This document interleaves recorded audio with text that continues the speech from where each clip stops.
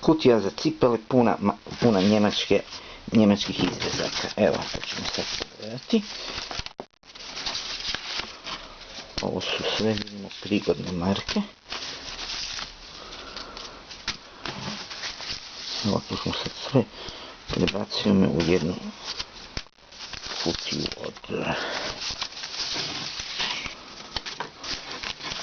od banana.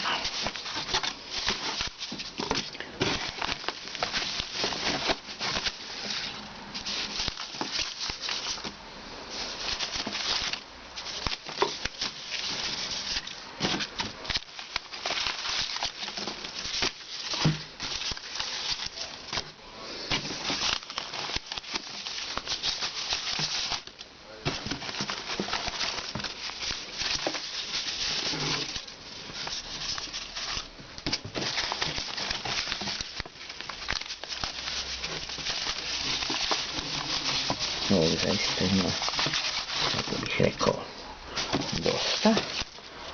Uglavnom su prigodne marke, što nije zanemarivo.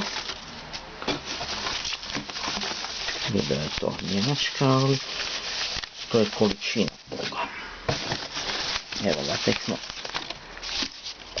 pola kutije od cipela ispraznili. Ajde, već minutu i pol to vadim.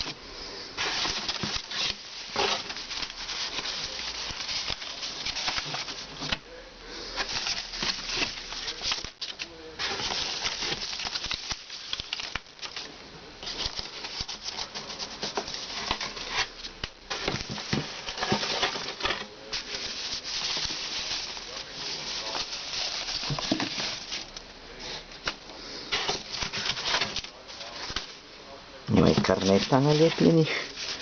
Tu su pumpe. Čak i jedan francuski FDC. I to koji dosta notira. Evo, to je bilo nepredviđeno. Vrećica neke Južne Afrike. Evo, tu ću sve još izbaciti od banana.